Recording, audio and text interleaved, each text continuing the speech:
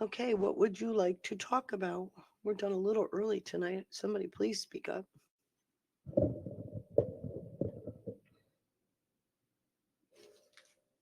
Is this a nobody's going to speak up till Danny gets here to cover your butts? Is that it?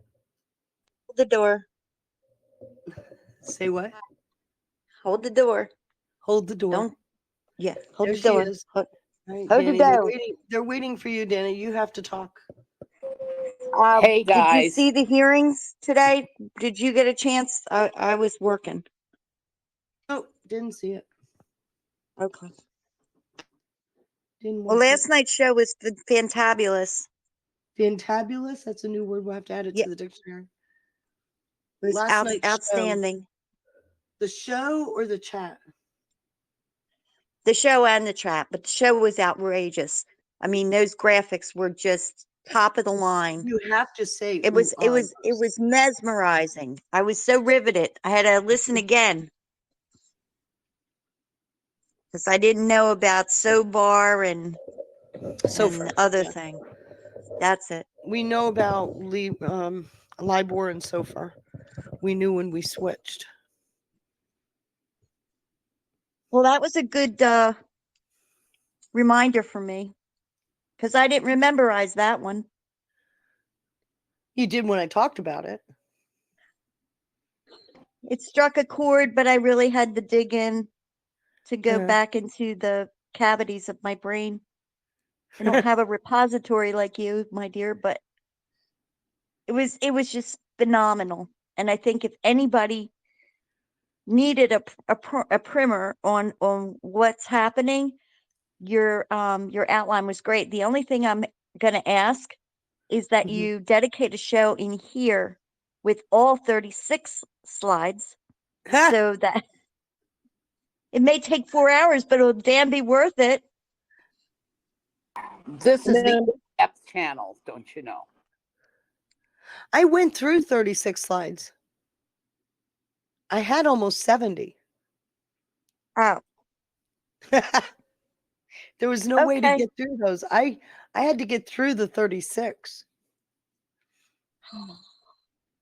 Well, what anytime about you're ready part to two? put the extra 40 in, we'll be here. Yeah, I had to take out a bunch of stuff. I knew I wasn't going to get through it. But what I did do was try to keep it to the instead of giving you a lot of some of the other stuff that would have just belabored some of the previous things. I wanted to so you had a good understanding of what we're dealing with. Well, you sure did that by leaps and bounds. Outstanding. Outstanding work. Thank you. Thank you. Thank you. Thank you. Now I got to come up with another topic that is on par, huh?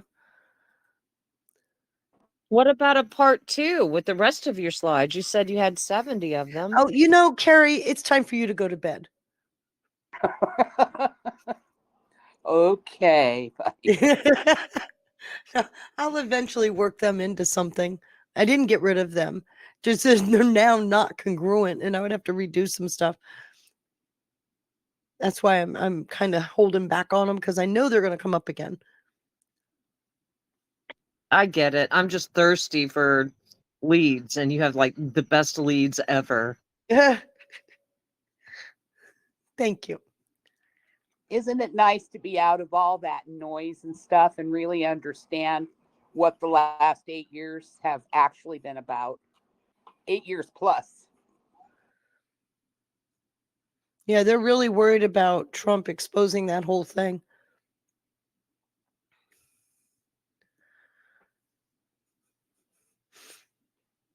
But when it all is distilled down, now do you see why it's all connected?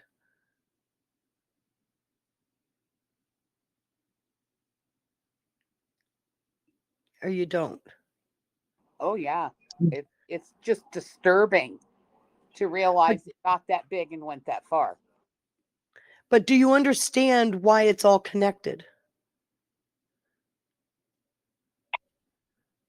I'm Because the, starting to understand, and I don't know about anybody else in this chat after, especially this last show that Feisty had, but it's like a veil, literally a veil or a cloud or a film has just really starting to lift and connecting like what's really been going on. And I appreciate your tenacity. Thank you so much for what you do with this movement.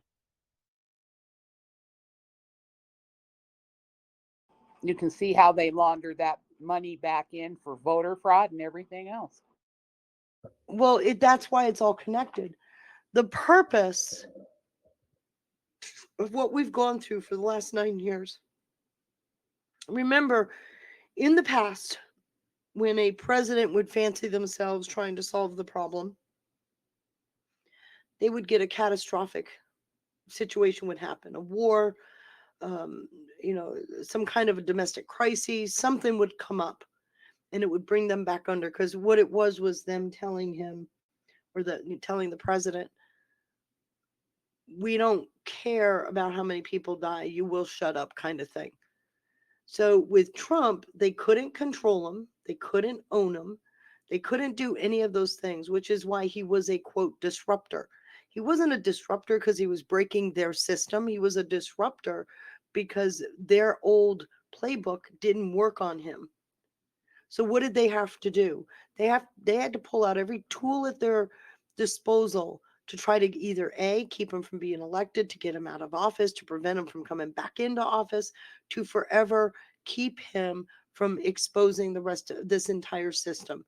And we're all waiting for Crossfire Hurricane, or you're waiting for election fraud, or you're waiting for COVID, or name any of the situations. And I'm telling you, they're all part and parcel to the same story. And unless we can start talking about the architects behind all of this, bringing out one or two or three of the stories isn't going to clean the house. Do you guys get that now? Oh, absolutely. You can move players off the board, but that doesn't mean the board changes. Most definitely. So what he's doing in this term, he's gotten all these bilateral trade deals, which by definition, we've talked about it before, gives these countries their sovereignty back, right? Then on top of that, he's ending wars, which by definition reduces the influence that they had over the various states. And now what is he doing? He's going after the very thing that kept him in business. He's going after the money. And I don't know how you can't see that this is a part of a long-term plan. It isn't Trump. It wasn't Trump 1, it wasn't Trump 2, it wasn't Biden, it wasn't Obama, it wasn't Bush 2. This is a decades-long plan that we're watching play out. Yep. And you cannot, and you've got to get it out of your head. There is no good, there is no bad. You've got to just look at it as information. The bad people aren't the ones you know. They've kept their names hidden for a reason. They have puppets for a reason. The puppets take the fall, not them. Yep. But you're dealing with two things here. We've got a deep state in this country, but you've got a shadow government that's globally controlling all the countries. The only way to get rid of the shadow government is with a coalition of states saying enough is enough. For all of the heat I've taken all these years, I think it's pretty damn obvious you got all these countries working together. For God's sakes, even Maduro is singing like a canary. And we know that for a fact. There's no way one country could have done this. Right. But there's no way. Not with the tentacles that are coming out of City of London. And what did he say today? Cuba may be a peaceful resolution, a Yes. friendly takeover. As Yes. you reduce the grip of the shadow government, City of London shadow government, as you reduce the grip, these countries can start to rebuild. And here's where the kicker is going to come in. They've always relied as their last ditch effort and economic crises. Well, they don't even have that tool now. That tool is gone. And they are We sweating bullets. I don't know who's sweating, who's not sweating. It doesn't matter. What it does tell us is it's really close to the end.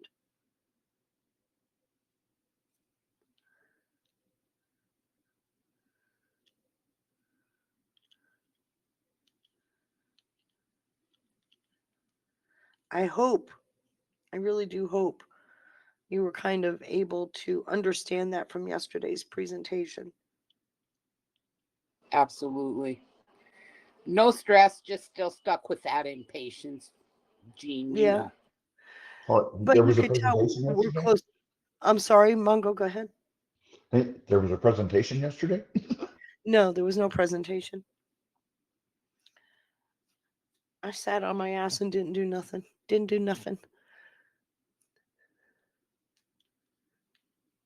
We'll get But more from hopefully you you now soon. get that. I've been trying to get you guys here for so long, and I'm noticing the tenor of most of you that regularly post is starting to change.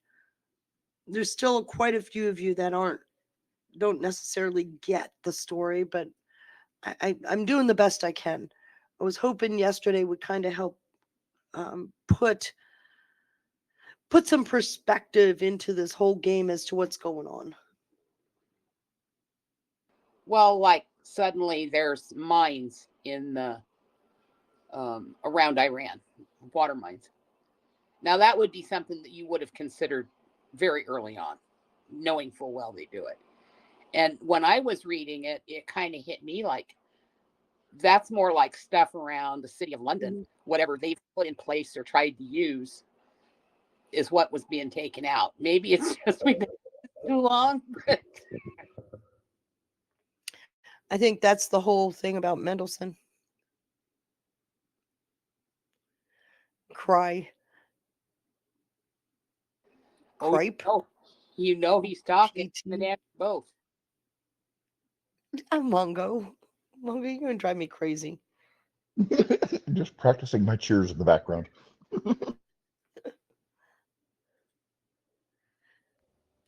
Well, We don't drink, we don't smoke. Crypto.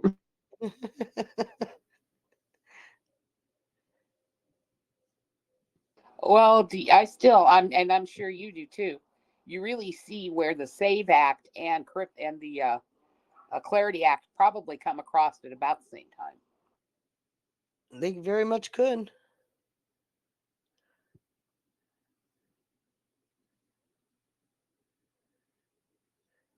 Well, Thune said he's going to have a vote on the Save Act next week. Yeah. Why wait till next week when it's been So on? it's got to go through the process of getting ready to come to the floor. That's Okay. what he's doing. There is still a process.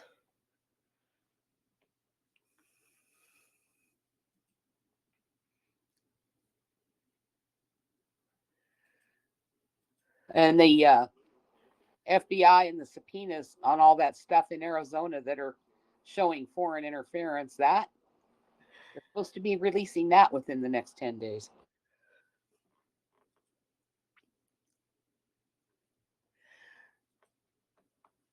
I think what that's going to show is the effect of the cartels. Very likely, Arizona, Texas, and California, and New Mexico, they're right there on the border. They had to have been heavily influenced.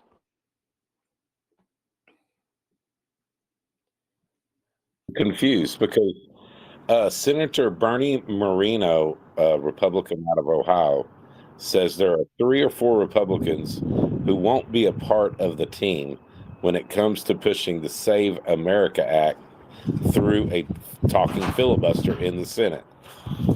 But I've been seeing lists that there's like 20, I counted 25. So I don't know what's going on. Eddie, I would be very careful about counting on any lists. Right now, it's politics all day long, all night long. Right. And Thune is not going to bring a vote to the floor if he doesn't have the votes. He doesn't want to lose the chance of bringing that up. If it loses on the votes, then they have to reintroduce the bill.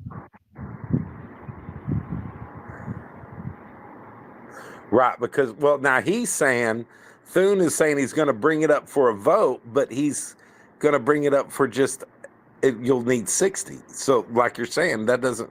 Why would you even do that? You wouldn't do that. He's saying he's going to do it though. Yeah, we'll see what happens. There's a lot of days between now and next week's vote. That's true.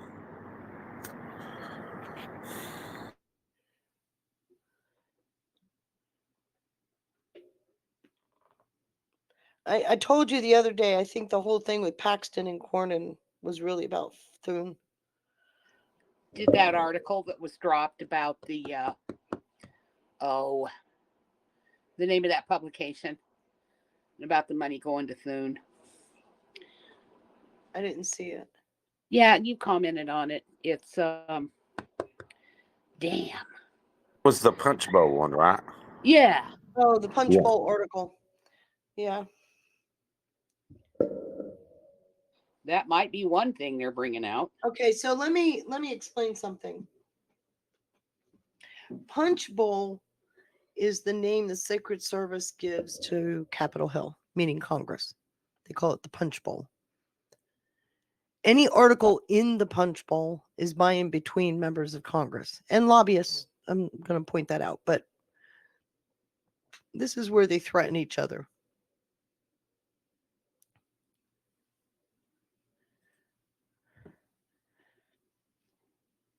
There's the Punch Bowl News, right? Yeah, Punch Bowl News is Capitol Hill News. Okay. Punch Bowl, like I said, Punch Bowl is the name the Secret Service gave to Capitol Hill. And there's a space that comes on every morning, and it's called the Punch Bowl. Yes. And I looked them up because I was wondering if Bishop and them, and they are connected to Punch Bowl News, but they don't get paid, or so, at least I can't find. The Punch Bowl News is more used as a congressional level. They use it to talk to each other. I can't explain it, but it's basically it's a gossip rag, okay? And they will talk to each other through the news, and quote news, right? Because it's not really news. But you will see, if you follow it for any length of time, you can see it. It's not even hidden. So it's meant for public consumption, though, correct? No, most No. people don't even know it exists. Most people have no idea what Punch Bowl News is.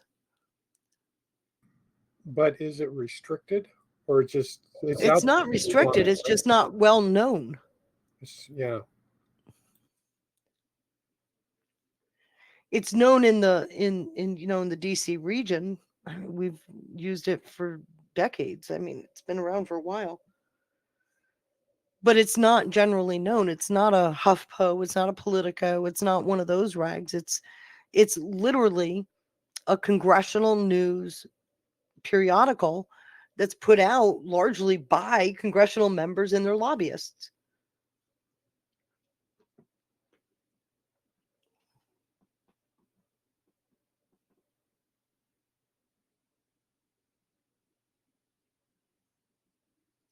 It's what made me laugh when what is it that a Republican put that out today? It's like, no, you don't exactly have that right, but okay.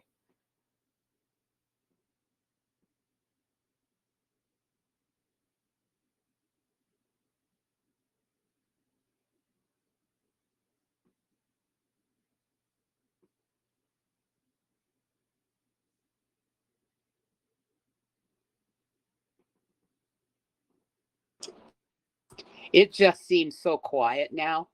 I think once you know the things that we know, you just see nothing but noise out there. Sometimes it's hard to filter through and find anything.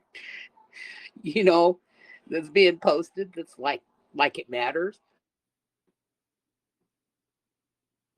Well, you can actually tell who's trying to make news, that's for sure. Oh yeah.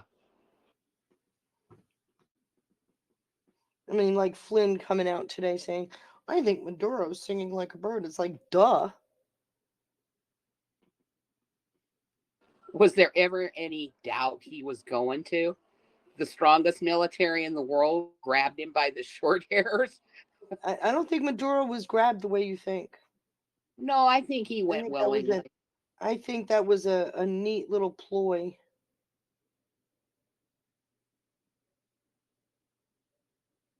But it sent a message to other countries too.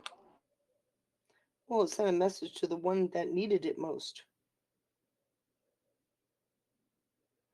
He's Yeah. no longer a controlled country.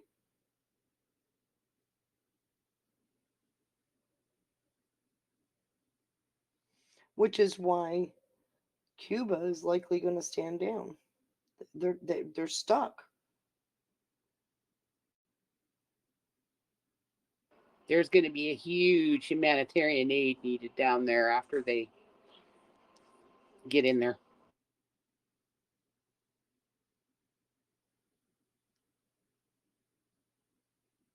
Those people haven't been doing well for a very long time. It's really sad. And those behind it have no regard for the human lives they've destroyed. No regard. As we've said in the past, hell ain't hot enough.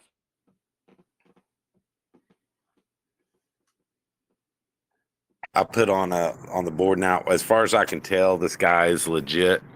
It says United States on the thing, but then it was an app out of Tehran. So I don't know what they're doing, but What is it?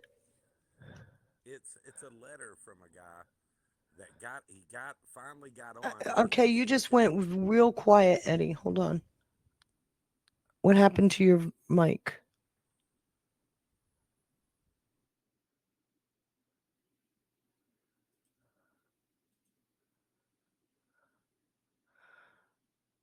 A close friend here in Tehran fought through 1,000 layers of this digital blackout just to get a message to me.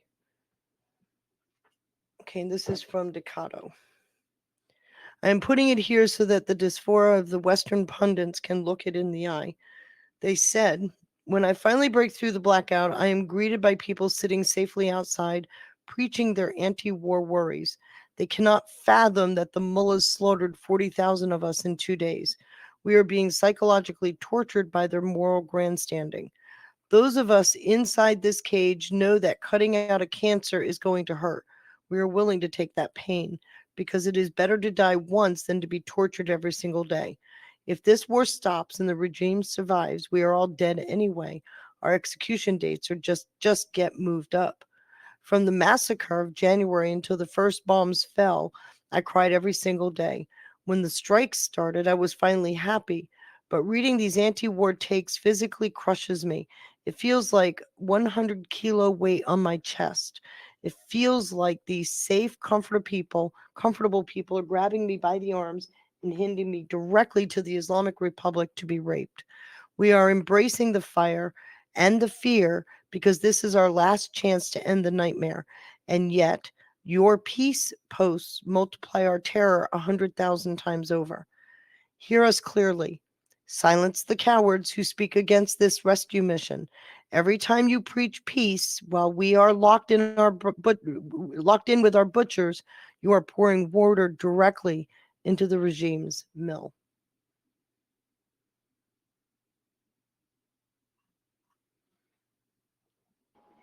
It's a pretty strong statement.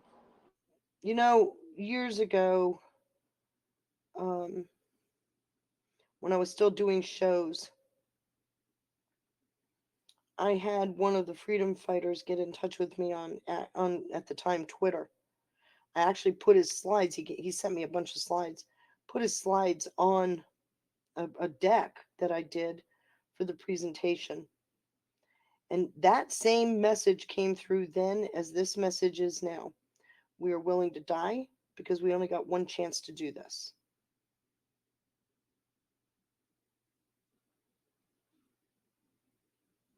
How long ago was that? That was back in 2019. I'll pull out the slides. They want to go back to being Persia. You know for sure that who sent you that was coming from inside of Iran. Yes, Okay. we talked for several days. So this sounds like something This sounds legit. fairly legitimate. Yeah. What he's Okay. complaining about are all these people saying we're not willing to die for Israel.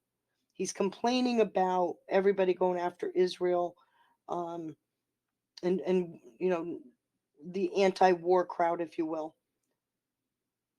And he has every right to. I mean, I would too. The noise out there about what's going on is just off the charts. Some of it's really actually quite sickening. Like that Ryan Mata, that I don't know if you've seen what he wrote. Oh, I can't stand him. Oh man. I cannot stand him. Even from veterans, I'm hearing a lot of, you know, because I kind of monitor them.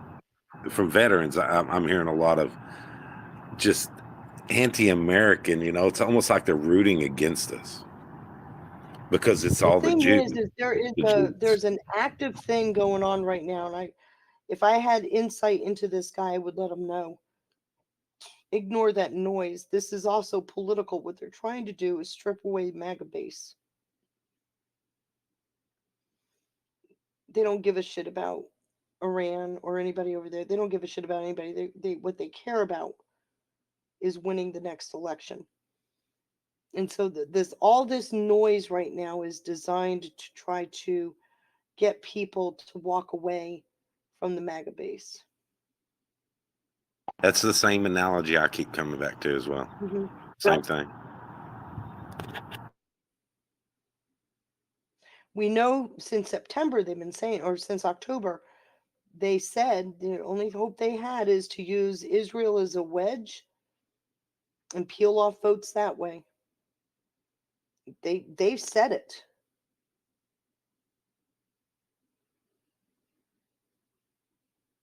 And yet, when the story about Israel actually gets told, they're going to be in shock. I don't think. No, they're not going to be in shock. They're just going to lose another foothold. But I am noticing, and that is concerning, there are a lot of black-pilled people right now.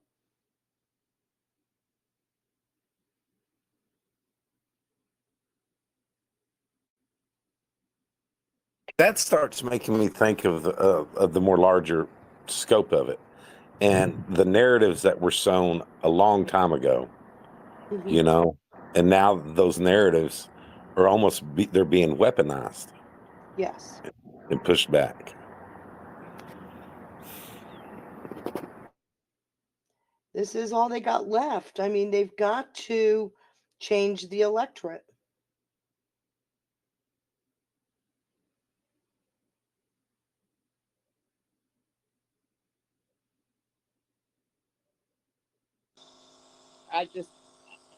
My gut tells me they can keep trying, but I think in the long run, it doesn't work.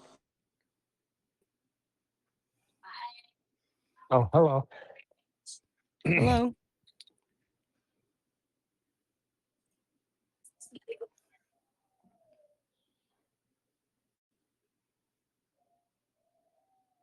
All we can do is keep check on our own little ecosystem here, right? Or ecosystem.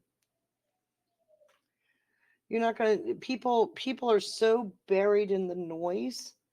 They're fighting over useless shit. And then it's gotten so loud and so cantankerous that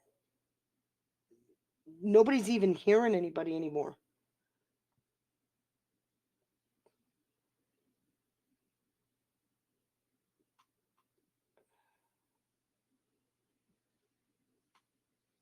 which is really incredible if you think about it.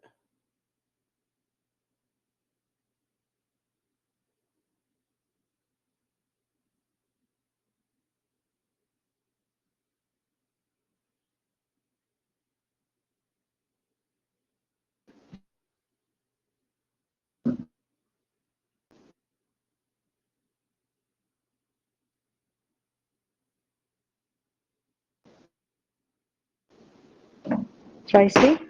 Yes. I can't hear you guys. Okay, I wasn't sure whether my mic or my speakers went out.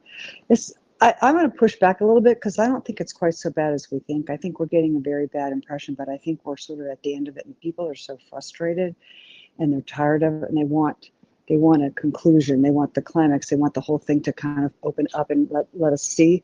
And the frustration with maybe not knowing what was actually happening with Epstein and all the other bad roads that we went down, and folks still clinging to some ideas maybe that they know aren't real, but they can't quite I hear you. identify. And that's the people that the noise is going after. Yeah. Those people are being used. And maybe There they're just emoting. Maybe they're just frustrated. They No, want it to scream isn't and just cry. I would go with that. I would go with Yeah. that if I could point to it. What I'm seeing or what you're talking about, people frustrated. Absolutely. And they're starting to listen to the wrong people. It is an active thing right now to try to change the electorate vote. And they're using these people that are frustrated, whether rightfully or otherwise, it doesn't matter, but they're using those people to push a counter narrative. And it's starting to take hold. Well, I mean, I agree. They're obviously, you're right. They're doing that, but maybe it's not quite as bleak as we think. I'd like to think that maybe they're going to kind of ride it, and then it'll be gone, and they'll come back to their senses. Because it's going to be shocking if that many people really honestly turn after all that they've been through and all the thoughts that they have that are crucial to their character. It would be astounding to me if they stayed black. I don't think that many are going to flip over, in my view. Good. Because they're the same ones that are fair weather enough to flip right now over this whole war thing are the same ones that when they get a plausible understanding of what's going on, they're going to go, oh, okay, and they'll get back on the train. The thing is they're being used, and they help amplify the voice of those that are trying to do the separating. Yeah, I see that. I think That's why we talked about Hegelian. Right. You know, what they do is they algorithmically measure the outrage, and they use that to deliver the next message, which gets you progressively more and more angry and despondent. And that's what we're watching. It's worked. I think you're right. I also think there's one other piece of it, though, and this just is from a conversation I had.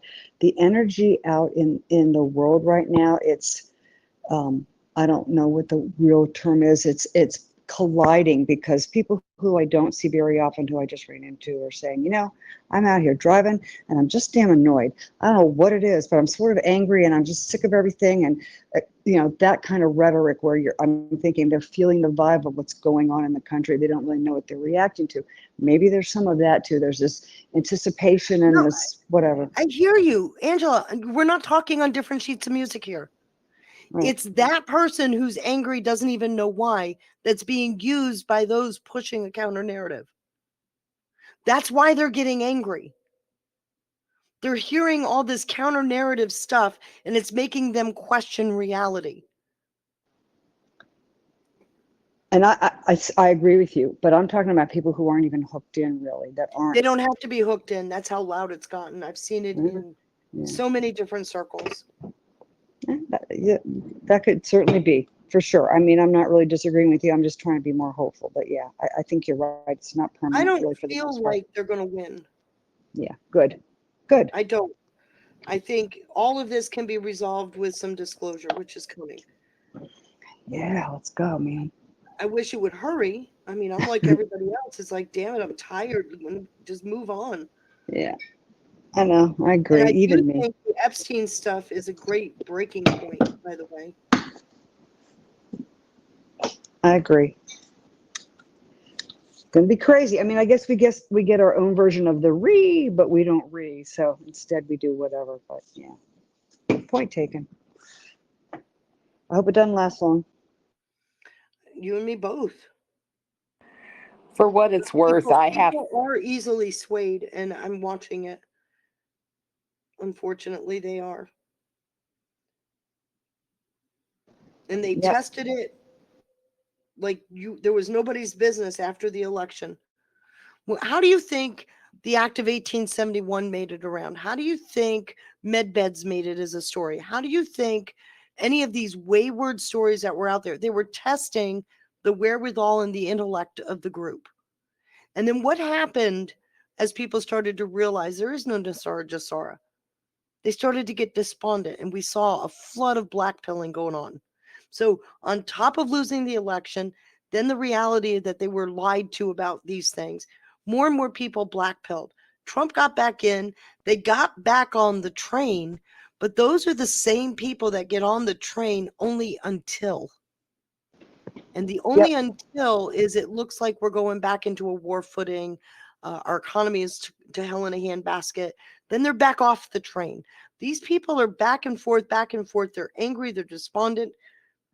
They don't know who. How many times have you heard this? I don't know who to believe.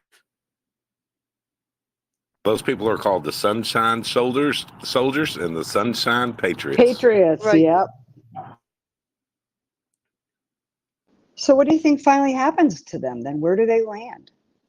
I think they will land back where they need to land. I don't think Trump is real concerned about them, to be very honest, because, well, first of all, he has little respect for that kind of an intellect. But I think they'll get back where they need to be, but it's going to require disclosure or turn to something that they can sink their teeth into. Yeah, that makes sense. Epstein turning out to be a nothing burger has pissed a lot of people off. And there was a time where we would be glad finally we get the truth. No, they're angry. And you got to ask yourself, why are you angry that Epstein isn't the person you were led down the road to be? Prideful. I agree. I don't even think they see it as the person that he was expected to be. They don't believe that they're given all the information by these same influencers that are stirring everything up. By the influencers, right? Yep, they have no clue. They're just all convinced we're continued to be lied to, and we haven't gotten everything. They're holding back the information, and And so they've been now grooming these now people if you were for Trump, how would you ages. take that? What they're saying is Trump and his cabinet are lying to you. We don't even stop and think about what we're saying. Exactly. And all these influencers, the Tories and all of them that have been doing this, the Nick Fuentes, they've been grooming their listeners for years. Right. Even if you haven't, they know how to continually weave the web to where these people will never, ever truly trust what's happening. And God help us, like when the joy does come, they won't ever see it because They're they're not going to just know what it looks completely like. programmed. How are they going to see something they don't understand? Exactly.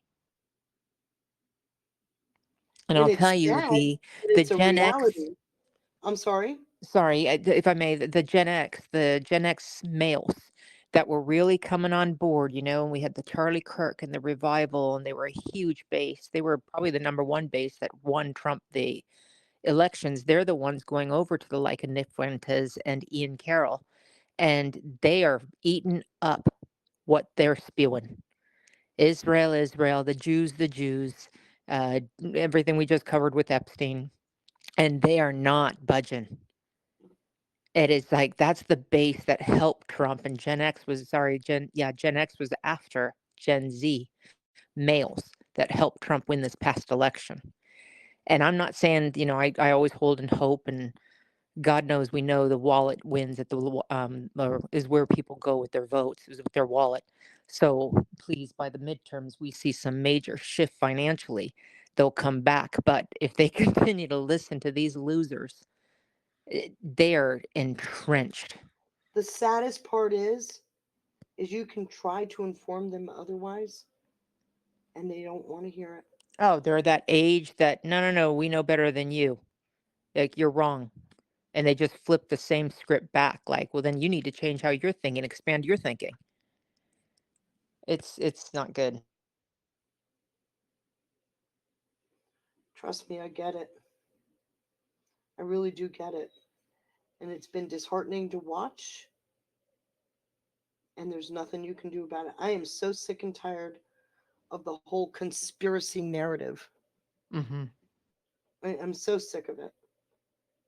That was one of the big problems actually that caused a lot of this. But maybe that's the term, right? You can't tell the people, you have to show the people. Maybe that's the people you got to show. Hopefully. But I'd say these influencers have done such a fantastic, and I say that tongue in cheek, but for deceit. They've followed exactly what we've been following, and they've been well coached. I don't know what it is. I can't, because some of them I can't see as that smart, but they've been coached on how to come around all of the narratives we've been carrying and how to counter it when it was time. Maybe I'm being too conspiratorial with that one, but it just, the way they're able to counter what our side has been coming out with, and their timing and the way they get ahead of it and back it up at the other end, it's interesting. But I do agree with you. It's just amazing that, we're still here with all that's happening. But it just comes down to, until we get the media, and that's also, these people think like, oh, I don't watch the MSM. I might have said this in here already. But I they're don't watch influenced TV by it anymore. every And it's like, minute of every day. wait, and they either, you could tell they are, or they believe, they don't even see that their favorite podcaster is just the new MSM. It's just shifted. It's just off the main TV and it's on your damn device. That's it. So until all that shifts, like, where, I don't know, there's some accountability in journalism. I don't know. Like, I just don't see when the big shift happens, Well, where you know people what really really wake up, gets because me? Eddie is right. We were told some will go down as deep cover agents. I hang on to that, by the way. Yeah. And I think some of that's actually worse in the last 9 years with all these new podcasters. Maybe that's the point. Maybe we're supposed to turn on them finally. I mean, listen to the way John Solomon was talking today on Worm. He was calling them, he wasn't using curse words, but he's being derogatory, more and more derogatory. They still keep saying the wrong things. They still keep misleading. How many times did they ask Caroline Levitt today? She kept pushing back and saying, no, he's not lying. I mean, he's not lying to anybody. So she kept pushing back on the fact that you're not being truthful. Maybe that's where it goes. Maybe we redirect our anger at them. I don't know. It needs to happen anyway. That'd be fun. People have been directing their anger at the media, though. But we need more. Here, I agree.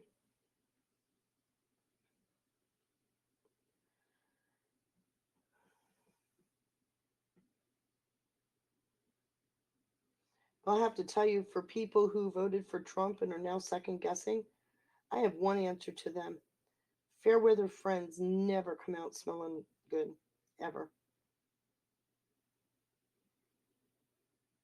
The Smith-Mundt repeal needs to be exposed.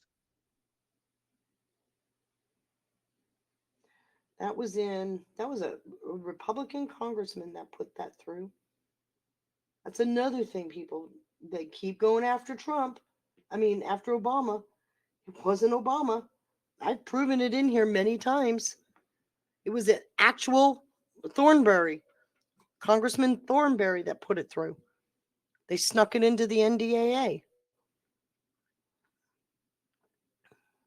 I'm not arguing that, but what I'm saying is we're feeling the effects of the repeal. I'm not going to disagree with you at all. Let's But say I you don't think repealed that. reversing that right now is the answer. If you did, I don't think you're going to get anywhere with it, because they're very careful now. They don't call themselves news. They call themselves entertainment and opinion. Right. Like the professional wrestling pivot. But that's the point. The Smith Month wouldn't end that. What I was going to say. I don't think it would do anything. All I'm saying is that when you place powerful people into a Darwinian type survival of the fittest type forum, like I don't think the populace understands this.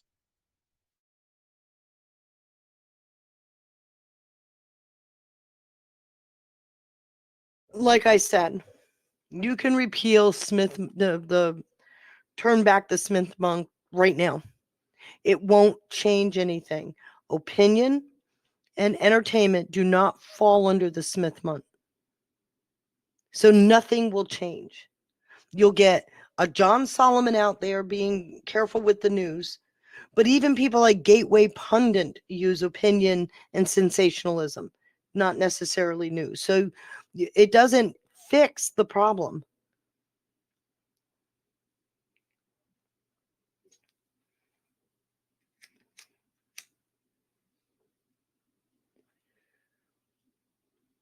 I'm not saying it doesn't need to get back to where it needs to be. I'm just saying they've gone beyond that.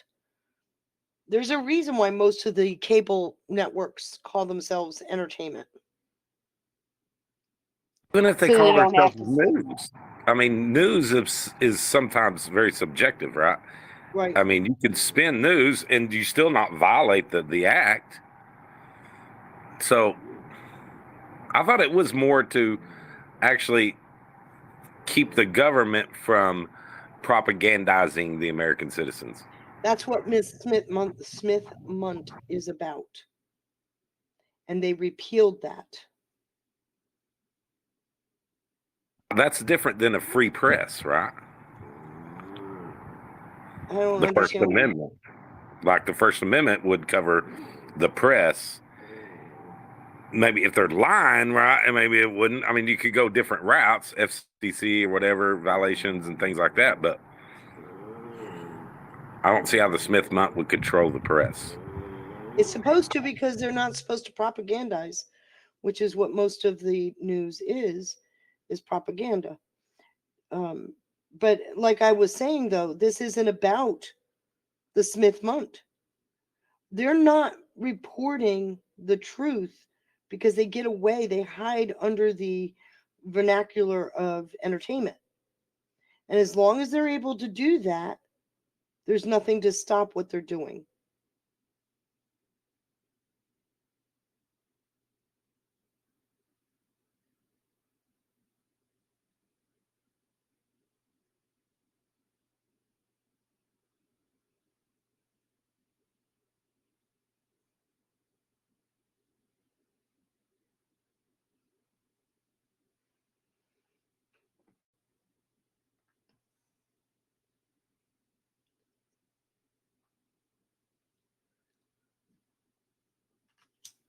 For the deep cover agents, I think seeing somebody get taken down because they're a deep cover agent, they turned out to be an influencer that you were following, I think that'll have an impact, don't you? That's what I was thinking too. Be careful who you follow. Yeah.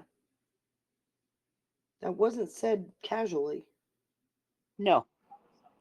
But it also shows how embedded into the programming we have become over the years, from radio news, TV news, newspapers. There's no critical listening and no critical thinking. Yeah, that feels good. That fits with what I'll believe. I'll go that, even if it's not true. Says a lot about human beings, is what it says.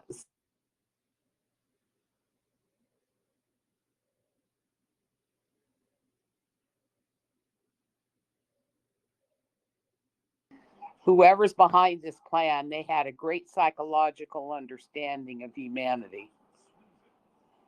That's And the they know scary how thing. to work it. Yeah. which means they also know how to pull us back from the brink too.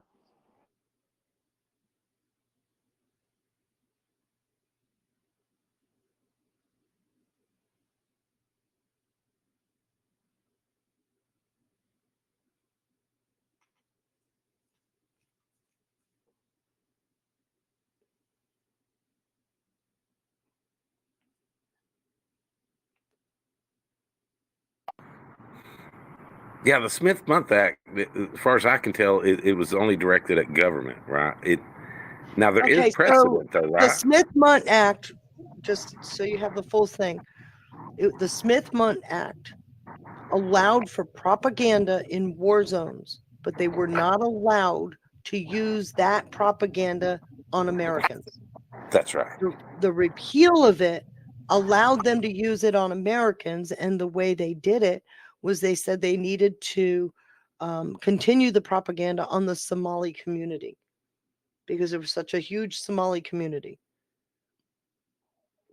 And so it became authorized here in America. And it didn't take long for that to spread out because, Somali community, where are they? They're not in one spot. Right, but even the Smith-Month modernization never allowed the original Smith-Month or the modernization does not have any effect on private press, CNN, Private press, Fox News, exactly. none of that. CNN, Fox News, the cable. That's right. And what they did is they immediately became entertainment instead of news. Go look at it. They call themselves Fox News, but it's news and entertainment. Sean And by Hannity, hiding they never give themselves the news moniker. and Sean Hannity is an opinion piece. Their He's opinion. opinion and entertainment. So right, so doing anything to Smith-Month ain't gonna do nothing to that. Right.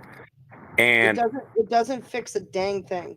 now there is precedent, right? And it was a civil rights case in Alabama, right? Where a reporter misrepresented what happened, and they sued that news agency, and the government like took their FCC license or something like that, and it went to the Supreme Court, and they won. So there is precedent. You can do things like that, and Trump is actually threatening that. I don't think it happens right away. I think, and this is my opinion, I know, but I think he's going to use it for his benefit.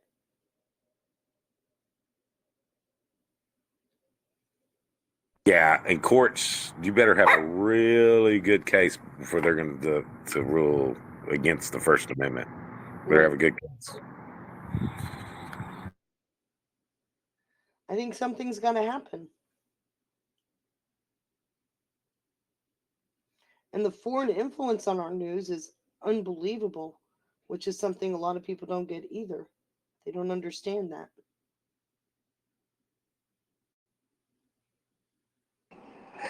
Look how much power the BBC has had for years. I did see an article by John Solomon. I don't know if y'all saw that. It's pretty much what we've been talking about a couple months ago about how, the Save America Act is kind of going to get pushed along by some of the things that are going to happen in the election fraud cases that are happening right now. Yeah, we've been talking about that.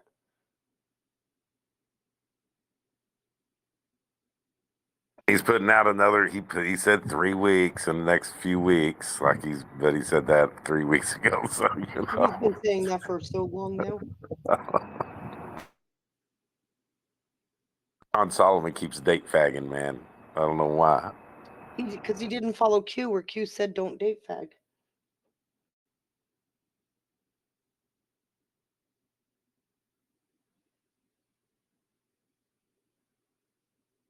He's also putting out things that are known.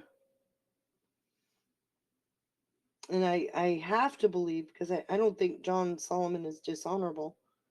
I have to believe he's doing that to get people up to speed with what to expect. Yeah, because I mean, a lot of that's not for us, right? It's people don't know things, right? They're just getting on Twitter or X, and they're trying to figure things out.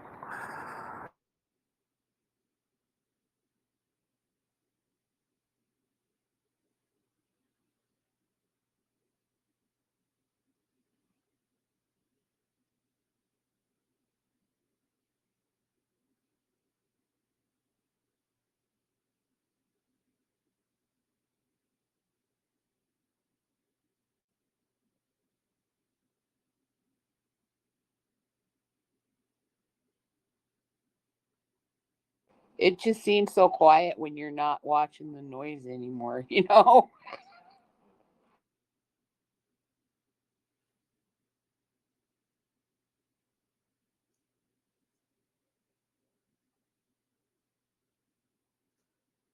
There's still big things happening.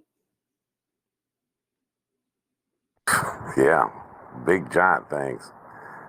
It's like some people are in the weeds, right? Which is okay to get in the weeds sometimes if you're digging in. And then some people, like me, I kind of stay at the 40,000 foot view. I try to move out to the 100,000 foot view like you do, Feisty, but it gets more complicated out there, and you got to start speculating with it because you don't know everything out at the 100,000 foot view. But the 40,000 foot view, I think if people would get out of the weeds and get to at least that, it would make a lot more sense, right? They wouldn't be so confused. Because when you're down in the trenches, I mean, you can't see the battlefield.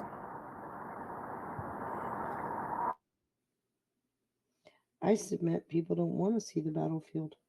They're afraid of it. That's where you're going to get hope, man. If you're down in those trenches, it's kind of doom and gloom, dark clouds over you. If you get up there, you can see, you can say, hey, man, we're winning. Look at this battle, and we're winning, right? Yeah, but they're afraid of people. The people that are peddling the doom and gloom, they need the doom and gloom. They're addicted to it, aren't they? Yeah, it's like cocaine. The dopamine rushes. Yeah. Man, dude. I feel like that guy in the Iranian when I get in there, it's like a weight is on me, and I don't like it, right? I guess that some people are different. I don't know, man. That's strange to me.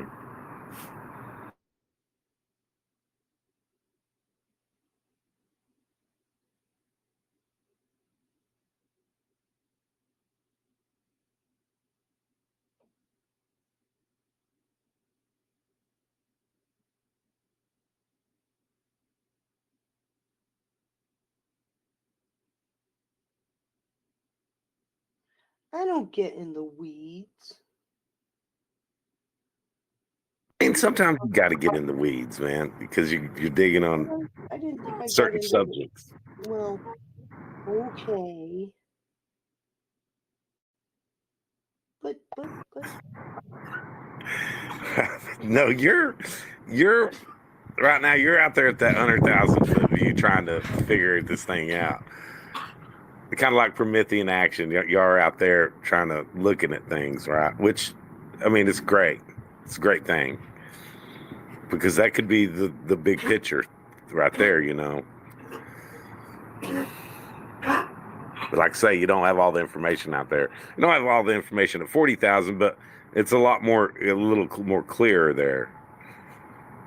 So that's what I'm saying. If people just go to the 40,000, you'll feel a lot better. I can't help it. I'm sitting here looking, okay, at what point am I at the 40,000 foot view? Because I'm getting lost in what you're saying. I don't understand. And I apologize. I'm not trying to be, Okay. contrarian. Yeah, I understand. I'm going to try to explain it to you. It's just my way of thinking about it. Like in the weeds would be like you're digging on a certain subject matter that's kind of detailed. You're looking at maybe fraud in Minnesota, right? Mm-hmm. Okay. You're in the weeds. It gets nasty in there. But then maybe the 40,000 foot view would be you're looking at the fraud in the United States and, you know, a lot of geopolitical things that are happening too. But then the 100,000 foot view, you're looking at who is the masters. Where is it? Okay, The okay. you know, You see the levels. Okay, I get it. I get it. that's right.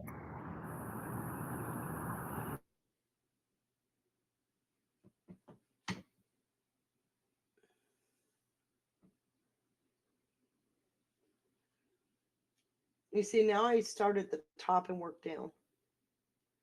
For me, the picture is easier to put together. I get what you're saying, though.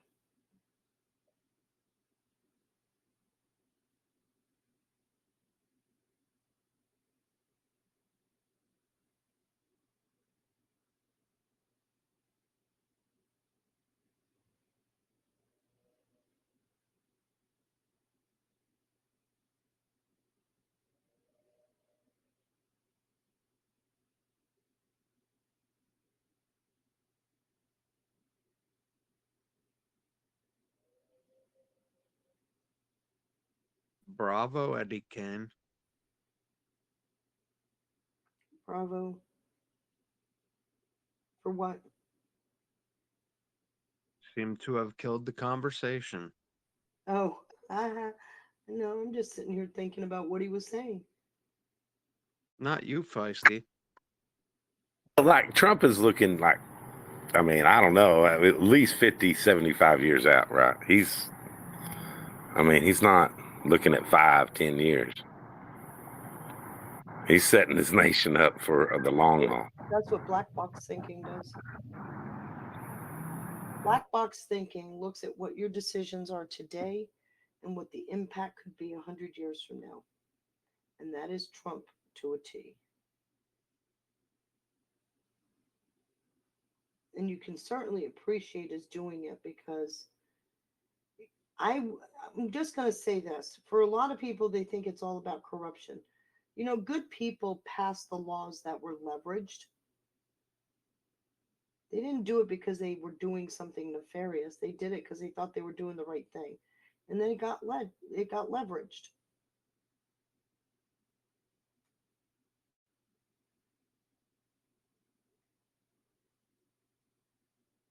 But for what it's worth, the communists have said from day one, we're going to take you down using your own laws.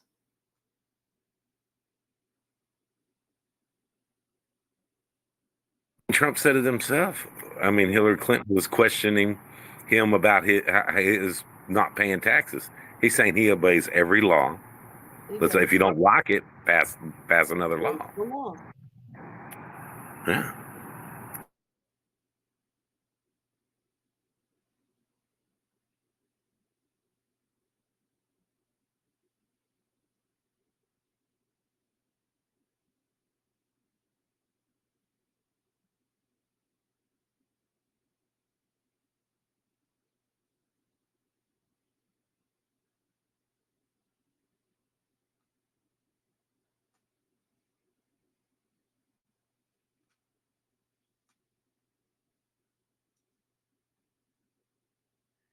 That's that whole, defund the police thing. You're blaming the police for enforcing the laws that Congress passed. When do people go to Congress and say, why did you pass such a boneheaded law? Kind of good at the time. I mean, they don't know. I would hate to be John Thune right now, though. I'll tell you that. I mean, every other post is telling him to get out.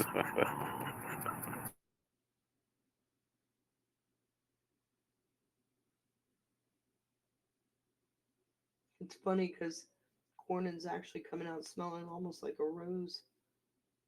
And he just pit two people against each other. Trump is a master. That worked to a T, man. That worked to a T.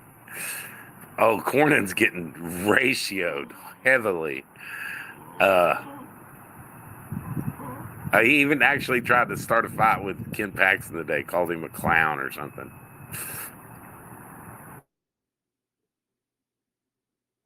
I actually think that's part show. I really do. I don't think it's real. If Thune or if Cornyn, I'll give him this, and this is I'm going way out of my way here for him. If he'll go in there and push to get the Save America Act passed and push for Trump's agenda, codify EOs, and do everything he can to whip those votes, get them in line, I'll give him my vote. If he doesn't, there ain't no way I'm giving. Even if he No, he won't have. he's one of the architects of the Save Act, right? I know. I want to see it. If he wants my vote, he better start earning it, man. I need to see it. I need to be shown, Feisty. I get it.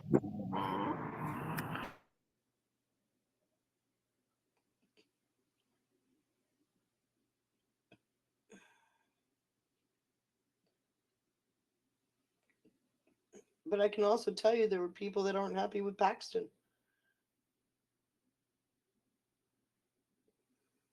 I think even if let's say Trump doesn't endorse, and it just goes down, we don't get the Save America Act, they don't do it. I think he's going to lose. I think he will lose.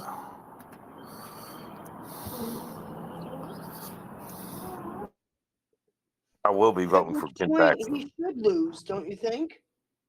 Hell yeah, he should lose. Now, if he makes it through somehow, I don't know. I might have a Democrat senator, man, because I don't think I can vote for that dude, man.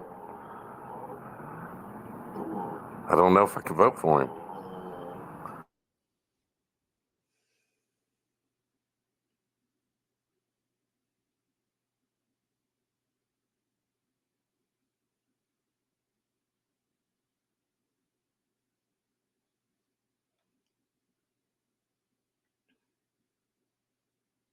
There's definitely turmoil in the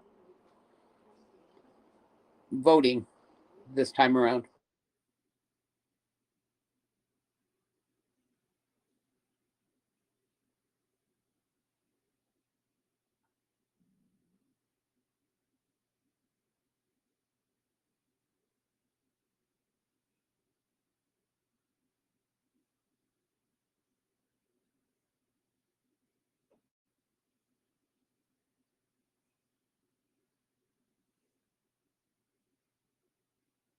That's where I keep looking at Trump going, he doesn't look nervous. He may look tired, but he doesn't look worried.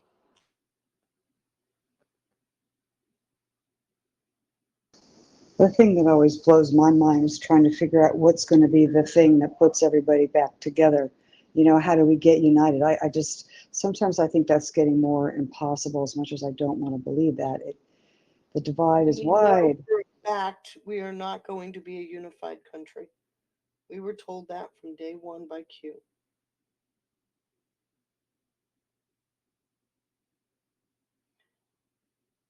So it isn't, when the disclosures start happening, that is not the secret to unifying the country. So do we get there or not? I mean, I think we when? do. I think we do, but I don't know what that looks like.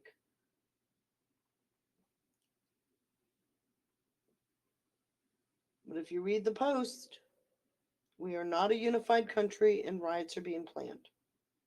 But it'll be shut down quickly. How you shut it down quickly is where that question comes up, because it's one thing to shut down the riots, but how do you shut down the division? Is it the arrest of some media? Maybe.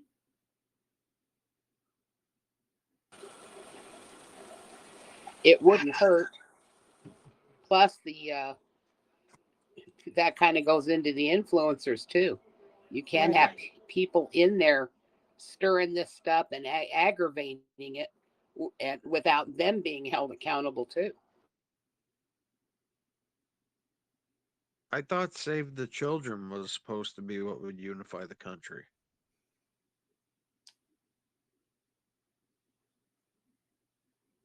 Yes, But I don't think that's what that post is referring to.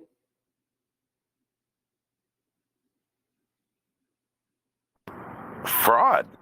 Exposing $1 trillion a year in fraud. Would that do it? I would hope. Do you see it happening? I don't. There are people I'm saying, not "Oh, that's saying. all made up. That's all political." Right. It'd have to be exposed in a court of law, right? Yeah. Yeah, but at this point, would a court of law be able to validate that? Because at this point, we're watching what the courts are doing, and it's like hit or miss. I feel like they haven't even exposed or disclosed like the harm that's been done to children.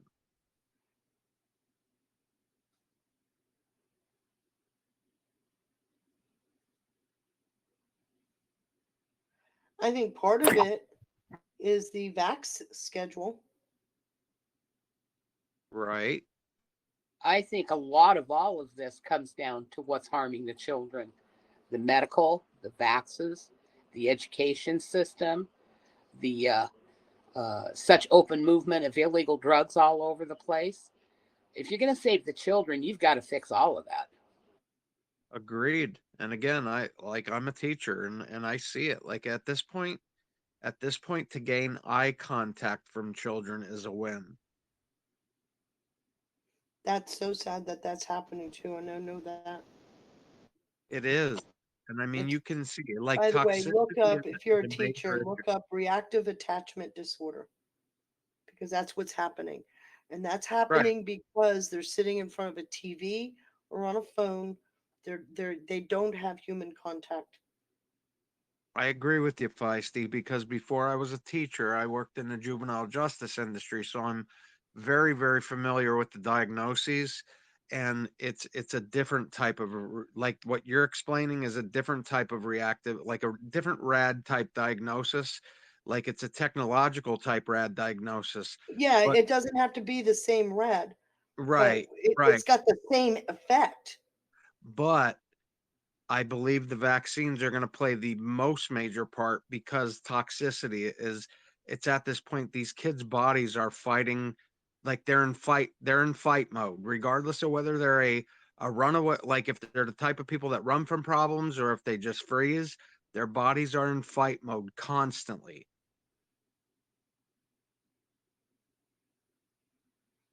Boy, is that a heartbreak. It is. And even the best kids, there are no alpha males left. Like this is, and again, I don't want to get into the whole male female thing, but the alpha male of the past is gone, like because they are constantly anxiety ridden because their bodies are fighting the toxicities, and again, our food supply doesn't help. So conspiracy theorists or not, like there has been a major attack on the health of our youth.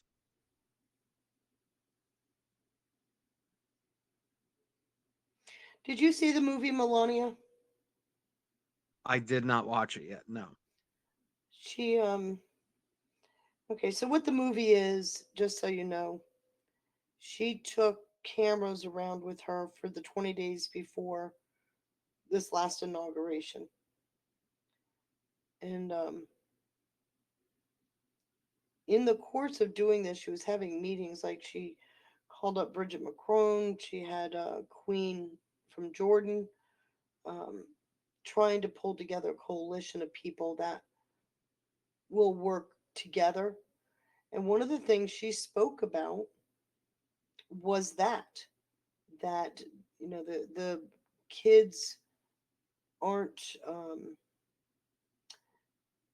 their lives are being ruined. They're filled with anxiety.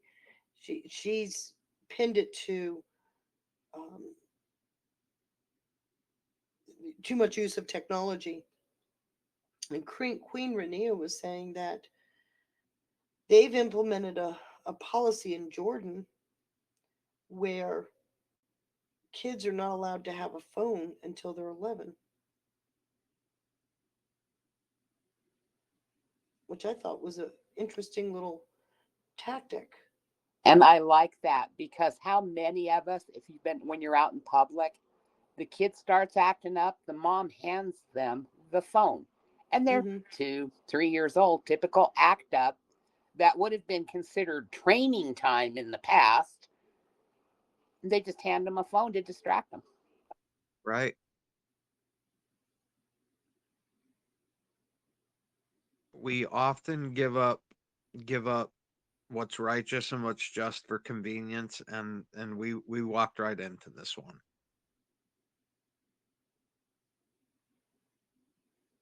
Well, we've said before in discussions of this nature on this channel, the net pause might not be a bad idea. Just simply because for the first time in a while, I don't care whether it lasts 6 hours or 12 hours or 24 hours, it would be the first time since the 1990s that would not be a distraction.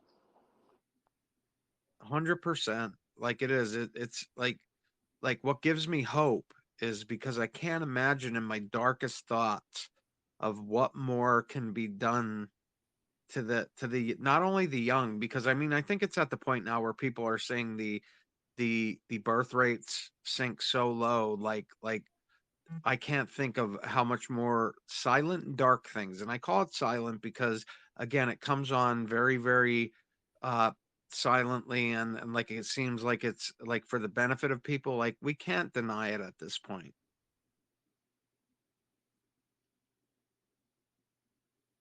We're far, far away from that natural way of being and living. Yeah, the analog life has been gone for a long time. But here's the thing, and this is where I push back because responsible use of technology is no longer taught either. Exactly. I'm not saying do away with it. It has its place, just not 24/7. And I'm concerned over the call that I've been hearing to get rid of it. And I think that's the wrong way to go. I don't think we'll get rid of it, but I do think it's time for very loud public discussions, even coming out of Congress in Mm-hmm. press conferences and churches, discussing how overused it is, how our kids don't know how to But sit we're down. talking, we always talk about it in the pejorative. And I don't think that's wise. I think we need to talk about it, accepting it as a valuable tool and responsible use. That isn't happening. No, it's not. I mean, they've proven to us that anything can be regulated if we wanted it to be. Like, but think about the things And that I'm not aren't. looking at regulation. I think I get it. responsible parenting is just that.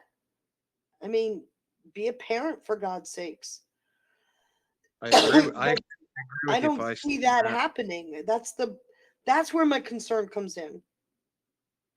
Is we're quick to blame the technology when the deficit is in the parenting. I agree with that. I do, but we have to look at what's been foisted upon the population. I mean, we've gone through a lot of heavy societal things that are absolutely against the nuclear family, against parenting, against Totally get it. yeah, and that's what I mean. Like we gotta be able to put things in But perspective. you're talking about a more long-term thing, and I don't think um, framing it from a this is evil or this is bad perspective is the right way to go. You're probably right. I think the right way to go is saying, okay, this is technology. What's the responsible use of it? I did my master's thesis on change. It was a change management paper. And for the thesis, I used transportation, the speed, how when once something starts to change, that change starts to become exponential. And I go from the walking to the chariot carriage of the wheel to and how you can go through history and show how exponential change became, come all the way up into the creation of the steam engine. Within 50 or 60 years of the steam engine, we're flying. And then within 30 years of that, we're in space. Change is exponential. In the course of doing that, I looked at some of the arguments that were made against the new technologies when the car came out. Everybody was excited about the car. Then they added a radio to the car, and everybody was poo-pooing it, was saying, well, that's a safety factor. It'll increase accidents. Do you see where I'm going? You can't go Mach speed. You'll fall apart. They wouldn't even get on the Orient Express. They thought going 100 miles an hour, your body would fall apart. People are resistant to change naturally. The only way to get people to accept change is when you can couch it in a perspective that makes them see how it benefits their lives. So talking bad about technology isn't doing that. But talking about technology as a useful tool and then what that means from a responsible use of that tool, I think is the answer. Whether it's a 7-year-old child in an elementary school or a 60-year-old adult, it doesn't matter. Couching it as, using it responsibly. This is where I think the schools could actually help. Stop giving kindergartners a calculator. Unless they learn the semantics of 1 plus 1, the calculator will always be a crutch. And so I agree with withholding certain technology until certain ages. You see where I'm going? I do, and I don't disagree with you. I just, like, at this point, I'm at a point in my life where I'm questioning, like you said, how things move exponentially.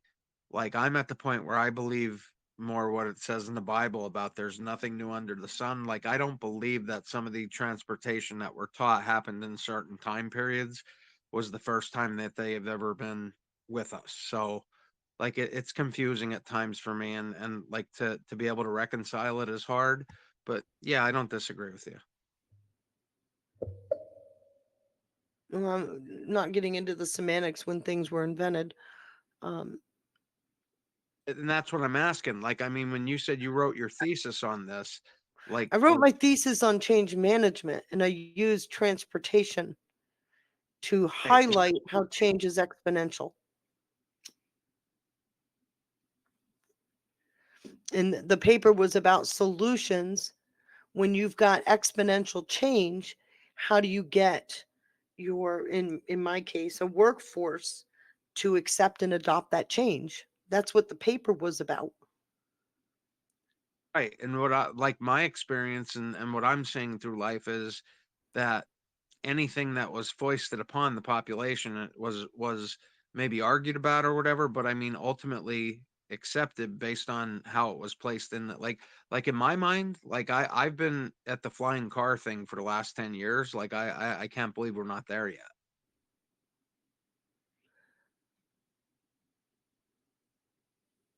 I don't understand what you mean. You can't believe we're not there yet. Well, I mean, there's so many papers you can read about, and you can read about where there's been construction that's been made, like to accommodate like the flying car airports and things like that.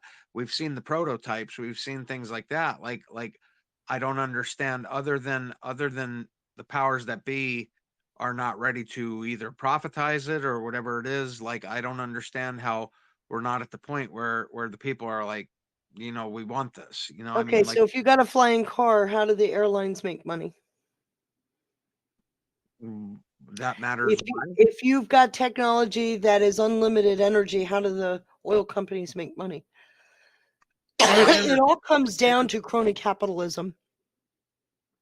Right. And I understand what you're saying. I mean, we've had this stuff. We've had hydro cars since the late 70s or early 80s. And everybody that invented those they're dead. alternatives, they're Yeah. dead. Right. And that's what I'm saying. Like, I feel like we're at an inflection point now where people have gathered up enough information to understand that's the way things work.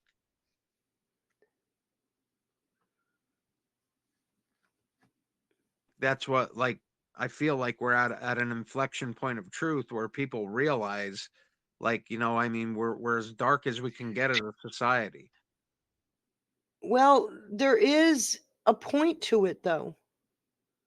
Annalie just posted in here today where her husband, who's been resistant to anything she's had to say for years, today is going, the trash bin's getting full. He's not believing what he's being told. So the absurdity works. You can use absurdity in your favor. The problem for us is we've been on this train for so long, we're tired of riding the train. We want it to come to a logical halt. But there are still people that haven't woke up. And like I said, Annalie's husband is right there. I see that as a good thing. I do too. So for all the negative that's going on out there, start thinking about it from the perspective of how can this be leveraged for a positive? And I defy you not to find anything that supports that thought, because it's everywhere.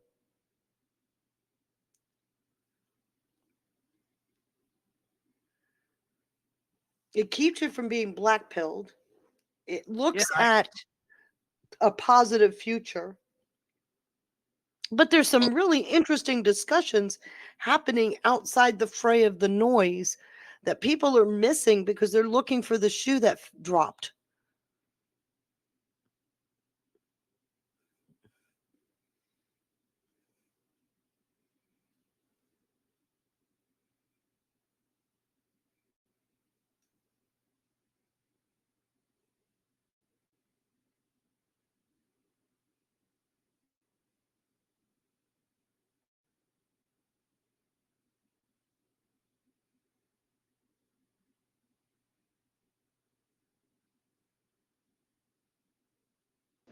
We are going to have some incredible stories if we live long enough. I mean, we are going to have some really For outrageous yourself, arcs. if we live long enough.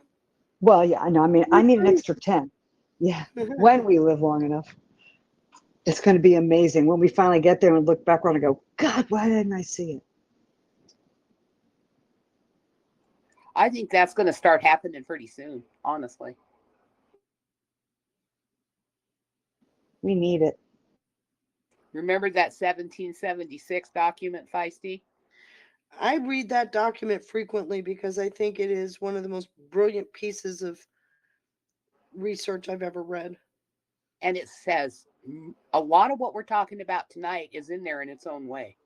Yeah. It's calming. There's actually a plan for moving forward.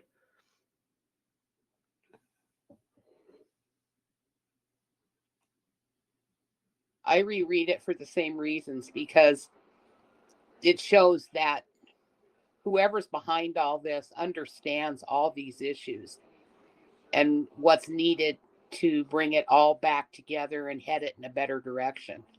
And it doesn't seem to involve violence or guns or any of that. It's a higher reasoning, to be honest with you.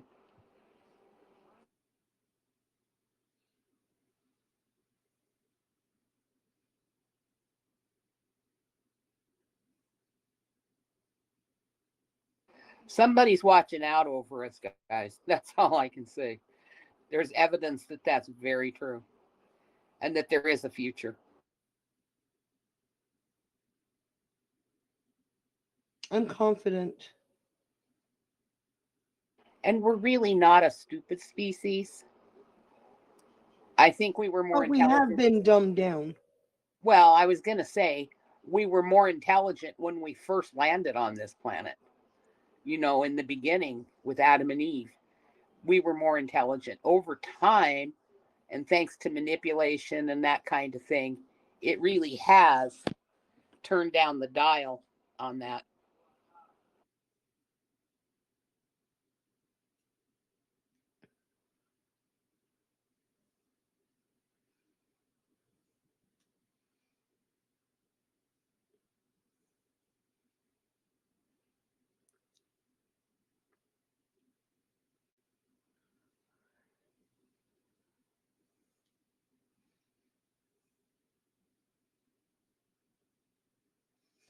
I just don't think we need to be.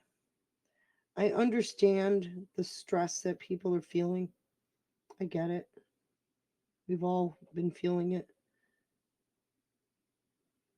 But I think one of the things we have to be cognizant of is that if it were just about us,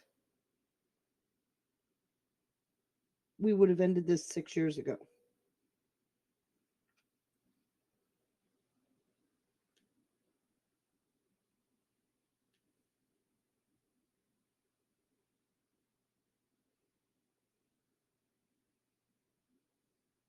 I just dropped that document back in because there are people in here that haven't been before and maybe they have never read it. It's worth saving and sitting down and reading. It's beautiful, it's elegant, it's inspiring is what it is.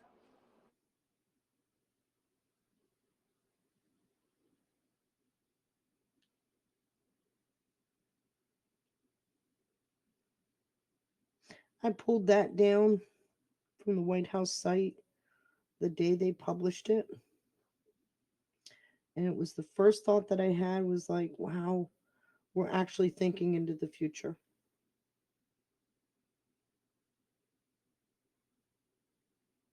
And not in a controlled environmental way of, well, we'll No. have this much growth for this group. It's just very different. It's really about the future of humanity in this country.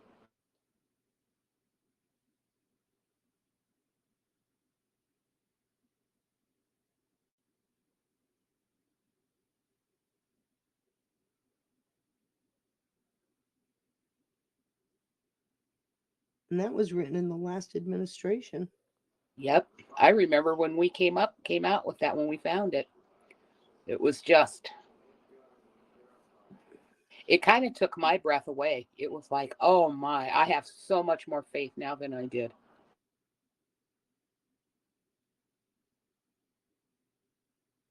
Well, I knew it impacted you because you're the one that readily has it. In fact, I've gotten to the point, Danette, can you please drop? Sometimes you struggle for hope for the future if you know too much about the present and the past. And yet, you have to have faith that God brought us along this far. He's not going to stop now. We read the book. There are better plans for us than we could have for ourselves.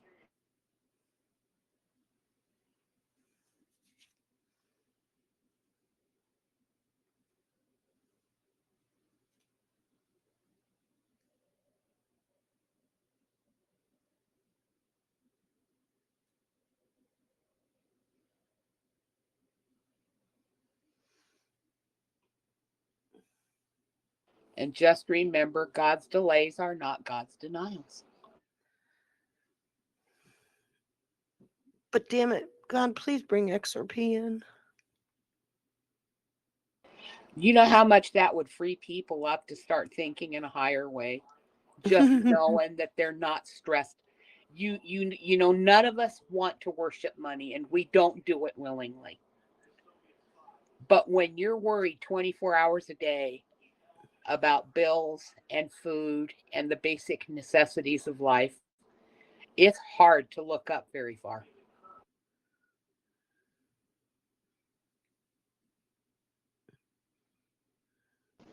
That's a great point.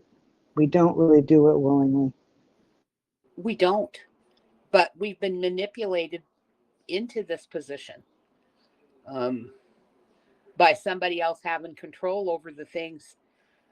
They may not have as much control over the things, but everything has a price. And when they control the money that you need to bring these things into your life on a daily basis, they've really got you. And over time, it just wears you out. It's just this constant fight, and you're going backwards most of the time.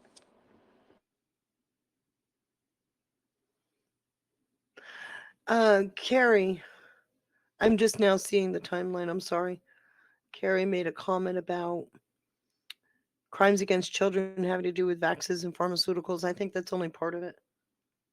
Children were a commodity all around. Education, pharmaceutically, they were a commodity. Food,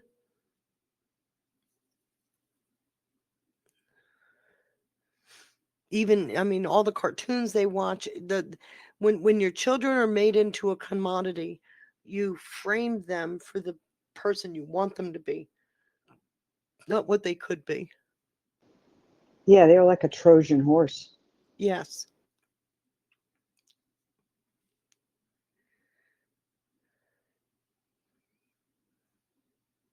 Remember Dr. Dyer saying, when you change the way you look at things, you change Hmm. the things you look at.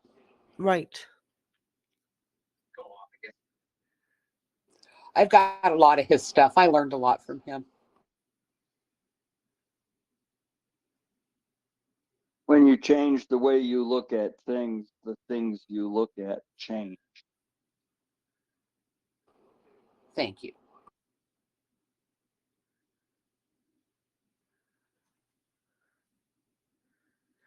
You know, I'm looking at what Shell said. My parents were very strict.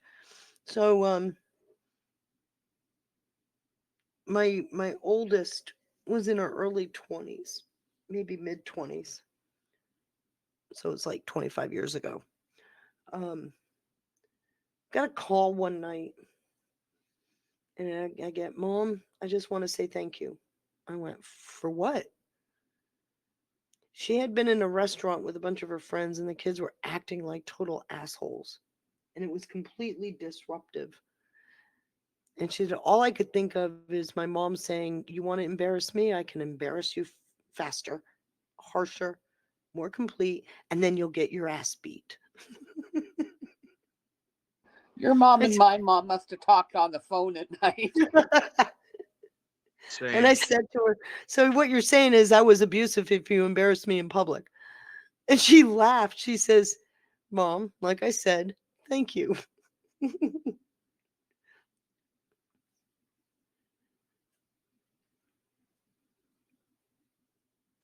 My mom was the same way, and I thank God for her every day. Right?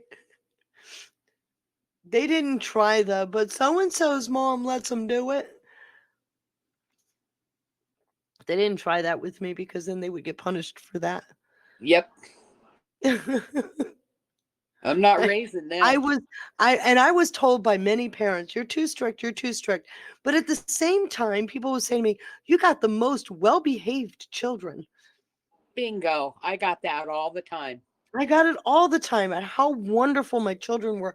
They were helpful, they were polite, they were all these things they loved about my children, but I was too strict. You got to feed a plant the right food, you know? You Well, don't my get that comment was flower. always the same. I'm not raising children, I'm raising future adults. Thank you very much. Get the hell Yes. out of my face. I said that years and years ago, and my friends just looked at me. I Hmm. said, no, someday they're going to leave your house. You better start getting them ready for it. I used as an example, when I can only drool and wet my pants, I want to know the person taking care of me is competent. Oh, That's a goodness. good one.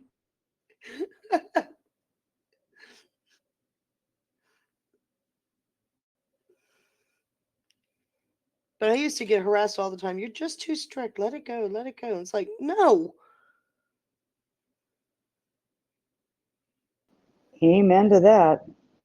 It's like a sense of urgency. That's what I pray and thank God for every day. My parent, like especially my mom, she gave me that sense of urgency to be like on point, living in the moment, and treating people with dignity and respect.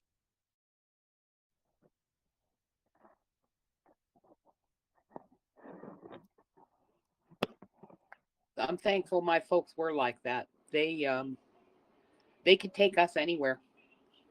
And we knew better than to have a fit or kick or, for one thing, there was a time where a parent could turn a kid around and give him a swat on the ass in public, and that was And the nobody would end of say a it. thing. Yeah, and the other kids' parents would go, "You see that? Just mouth off to me one time." Did you notice how like your parents, the ones that were like that, were the ones that the other kids gravitated towards? Hmm. Oh my gosh, my house was always, I had one parent one time. I don't know why, but they always go over to your house. I didn't, Freak. it was just, it wasn't rocket science.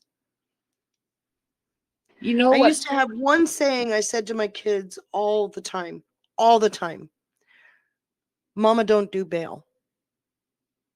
And it was Amen. enough to put the fear into them that they didn't go. We had drugs in the neighborhood. We had gangs in the neighborhood. It wasn't, it was a middle class neighborhood. It wasn't even upper middle class. It was a middle class neighborhood, but all the shit had infiltrated it. And all I would say to them is, Mama, don't do bail. And I never had to. Mm, They weren't that sleeping around. They didn't do drugs. They didn't do any of that. And you know, parenting has to, it's an art form anymore, but it actually is centered in recognizing that God lent those kids to you and is expecting something great out of you on behalf of him. And if Yep. you can do that, then my God, what people are doing with their kids, dressing them like little whores at 5 years of age, just drives me up a wall. I 100%. think we've lost the respect for the sanctity of life is what we've done. Yeah, true.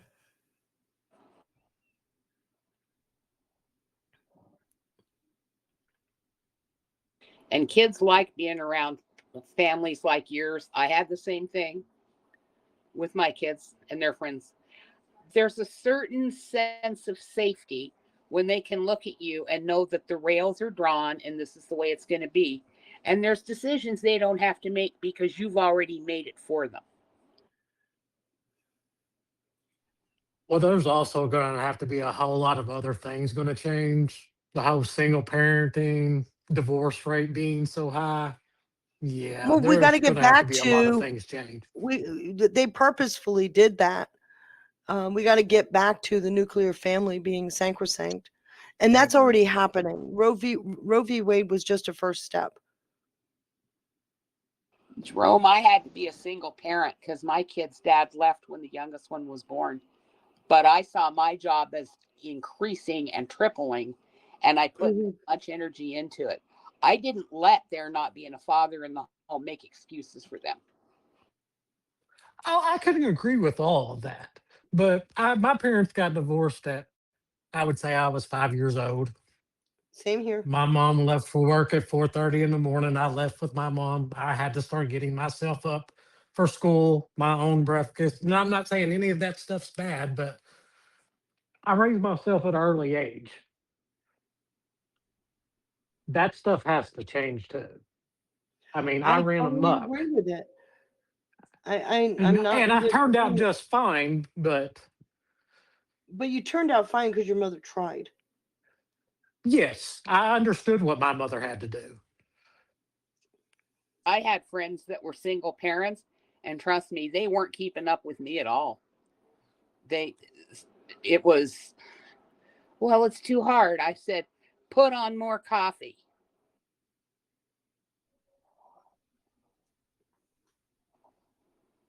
I really loved my kids and I cared what their future was like. And I wasn't going to be able to make it perfect, but I could sure give them a good start. The bottom line is, I told them, when you leave this home, you will be good men. If you want to be great men, that's up to you. It's a good point. Like I think that's what it is like you see that some people in this world will give up their lives for their children, for their community, and it does. It matches up with Christ's teaching. Give your life for your friends. Hmm. I didn't. I was never. I'm not your friend. I'm your parent. There's a big difference. You get to be friends when they're in their 20s and have some responsibility, and you actually can have a A back and forth conversation. conversation.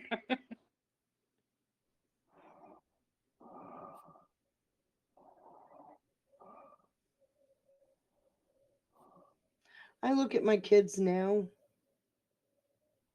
and they're unbelievable women. I'm so proud of them.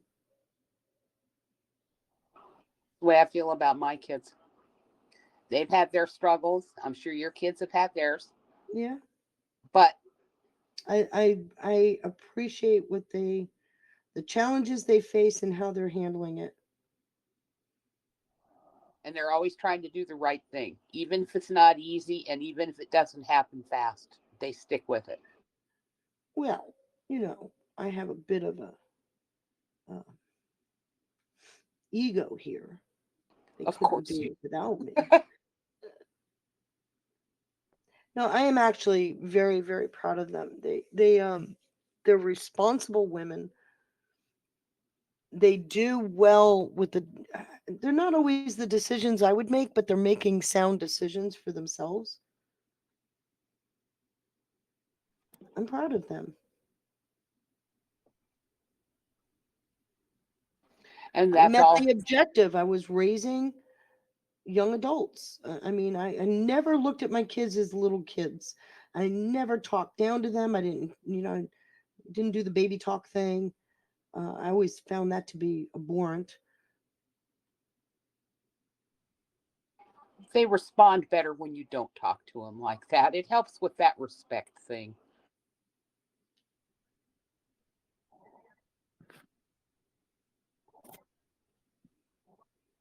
But I am very proud of them.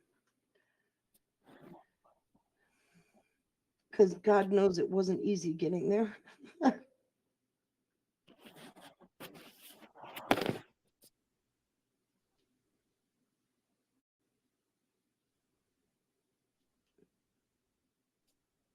Sometimes my kids had to be at home alone when I didn't want them to be.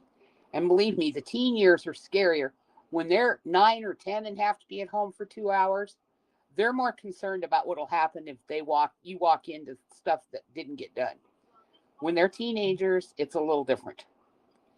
And the place I worked for, they would let me take off and I would run home in the middle of the day when they weren't expecting me and make sure that the kids that weren't supposed to be in that house weren't there. And one of my best friends, God love her, she passed away. Sandra would just drop in.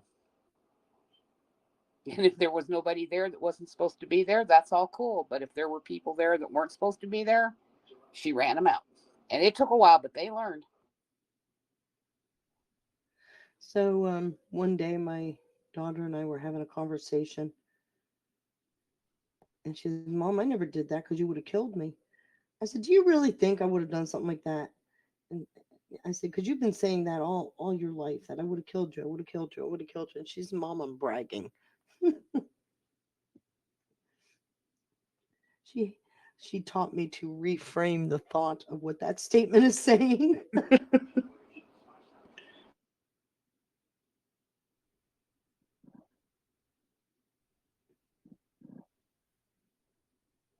We get back to realizing that parenting is actually required. It's not an option, it's required. And when parents do find themselves raising kids alone, more support would be Well, nice. that's the thing that gets me is how quick people are to blame the parents, and you don't find out what their situation is. And it could be a parent that's stressed, overburdened, whatever. We don't help anymore. What the hell? What's No, going on with that? because they'll just sit back and judge. I That ran doesn't help into I anybody, ran least of into all the that. kids. It's like, well, why isn't their dad helping? You go find him and ask him that, would you? And I know I'm not alone in that. That happened to a lot of people. Our generation was the beginning of 60s and 70s kids that were out. I was born in late 57, but growing up in the 60s and 70s, you started seeing massive irresponsibility coming out. Um, that people didn't have to be responsible for their actions or their choices. It's just gotten worse. A lot of parents just walk out the door. Not that it didn't go on in the past, but it started getting a lot worse in the 70s and 80s. Um, They went total me generation on their kids and everybody else. And the parent who doesn't walk out the door that stays is the one who gets hit, not just with the responsibility, but with a hell of a lot of attitude from other people who couldn't do half in one day what I did.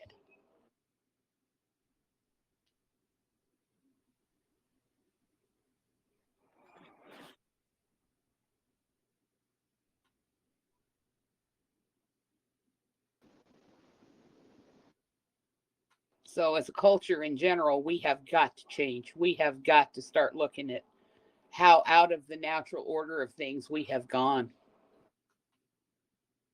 I agree. Like, but, and again, looking at history, you can see where the design was in it.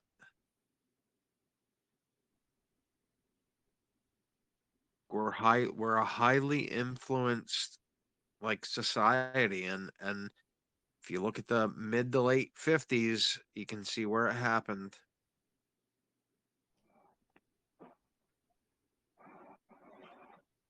Well, the good thing is people are now willing to say, "Hey, that was backwards.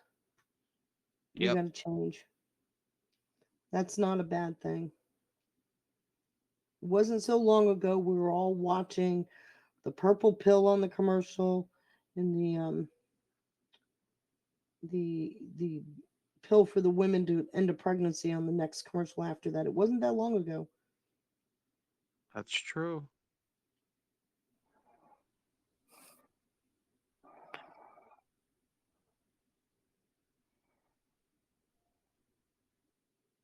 People have to start owning their stuff again.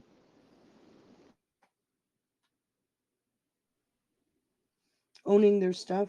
Yeah, owning their shit. You know, people have to be able to look in the mirror and be honest with themselves and be Oh, I accountable. see you again. Okay. Yeah, yeah. Like I was thinking, I don't know if that's Gabriel talking. I kind of remember the voice, but I'm not sure. He's talking about, you know, meeting with the kids and seeing how you don't get eye contact and talking with the parents. Wouldn't it be wonderful if you could say to the parent, have you noticed that your child has this reaction, blah, blah, blah, blah, blah syndrome? You probably don't even feel comfortable having that direct conversation with the parent. So, or do you? I mean, that's a hard place to be in. You can't help if you can't be honest with the parent. Step one, man, it's tough because they don't want to hear it. I saw it coming. That's the part that frustrates the hell out of me with the ADD diagnoses.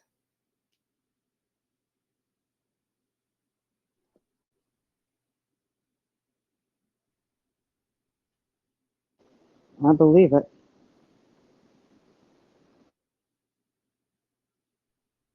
People are going to freak out when they see where that comes from, too. I mean, we have a ways to go, but man, it'll be beautiful when we get it all out. I think we also have to get back to our roles as mothers and fathers, or male and female, is that we women have been How indoctrinated. dare you? There's 62 genders, damn you. Exactly, 87. exactly. But I know, having a conversation with my daughter during her pregnancy, and she was expecting, you know, psychological the help from her husband. And I says, but that's not his role. His role is provider and protector. I says, it's women. I says, you have to have your women round you. They understand all that. They're in your mind as well. So once she realised that, then she gathered her girlfriends round her. And her second pregnancy was so much better because she had that support from women, not expecting it from her husband, could give so much, but he had a different role. And I think it's trying to get back to those, knowing who we are within that family, male, female, and the roles that we've got in that. And us women being told that we could go to work and we really didn't need a man. And then the men didn't feel useful, so they buggered off and just spread their seed everywhere. A lot of truth in that. There is truth in that. And I When have to women tell were you, when women I when get women were at home, we had that community around us. that's We the had other part the I was women getting over the at is fence, the thing that and we haven't happened. got that.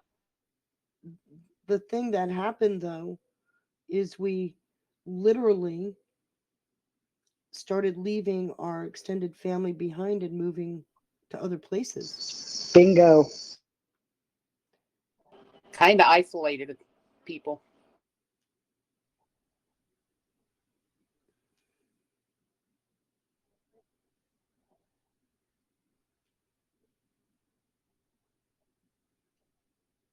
I remember something as simple as in my age group, my friends, we were all getting married and having babies at, pretty much the same time. And we just rotated out maternity clothes and baby clothes. We get out of them, the babies would outgrow them, and it went on to the next one. It just was not even the thought. We just did that. I remember being young, and again, I think that the saying was "bloom where you're planted," and Hmm. then all of a sudden there started to be like media like roam if you want to, like it started getting seated in an air of like telling people to go, and it was conflicting conflicting stories. Well, I mentioned it before in the 70s. It was a commercial for Angeli, a perfume, and it was a jingle. I can I sing it, but I'm not gonna. can, I can bring home the bacon, fry it up in the pan, and never let you forget you're a man. They were telling women you can do all, be all, nothing is without your capability.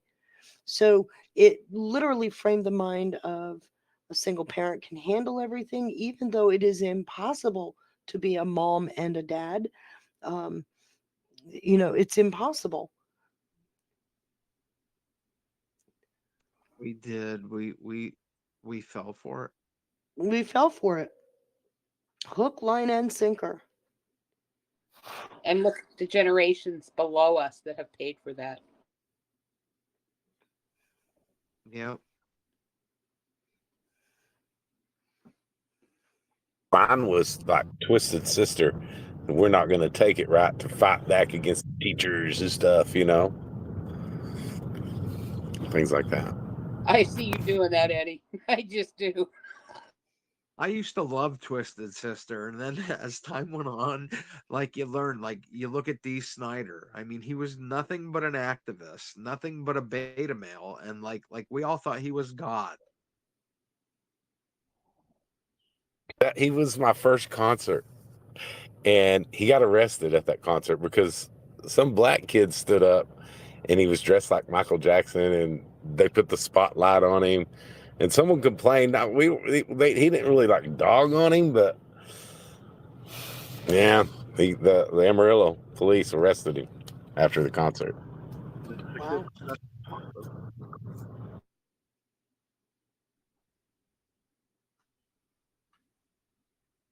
What was that movie that they made? I think it was around the late 90s or early 2000s. Almost Famous. That's what it was. Almost Famous. I think Dee Snider was the guy that they were really personifying with the lead actor.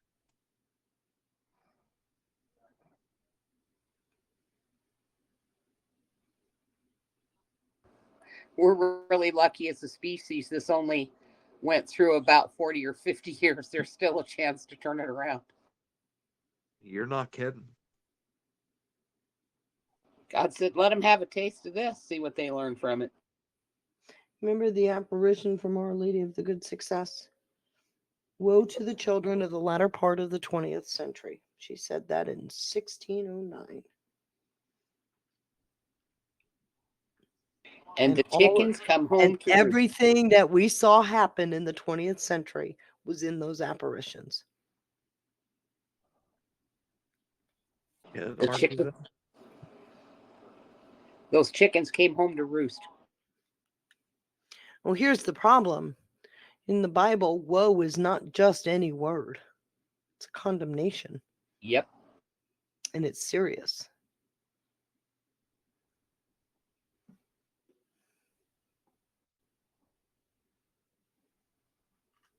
So And there we're is a all lot of hope. we're all products of the 20th century, right? Thank God most of us had old school parents. I was raised primarily by my grandmother. I'm talking about old school. Yeah.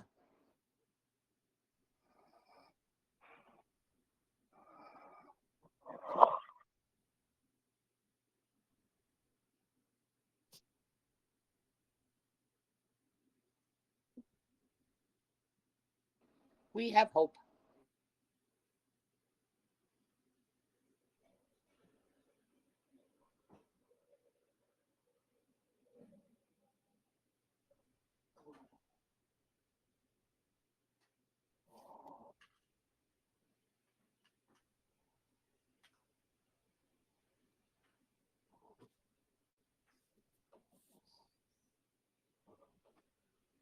I don't feel like we're all lost. I really don't.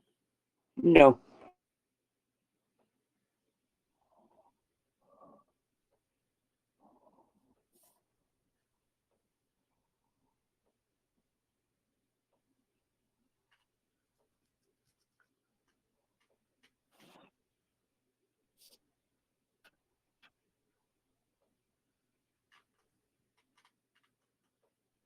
Anyway, I'm gonna go for the night. I am tired. And tomorrow is a new day. Yeah. May we all sleep well. Tomorrow is the show. Yes, ma'am. Hope so. What'd you say?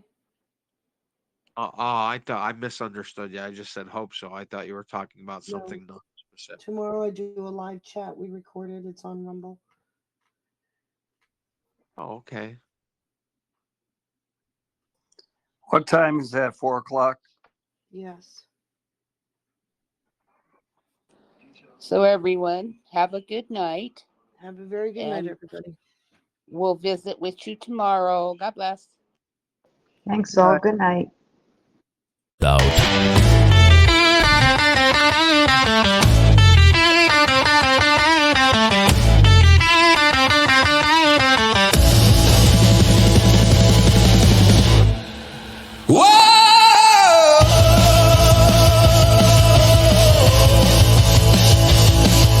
Whispers in the static, questions in the fire. The veil is torn and the seeker never tired. Scrolls of the ancients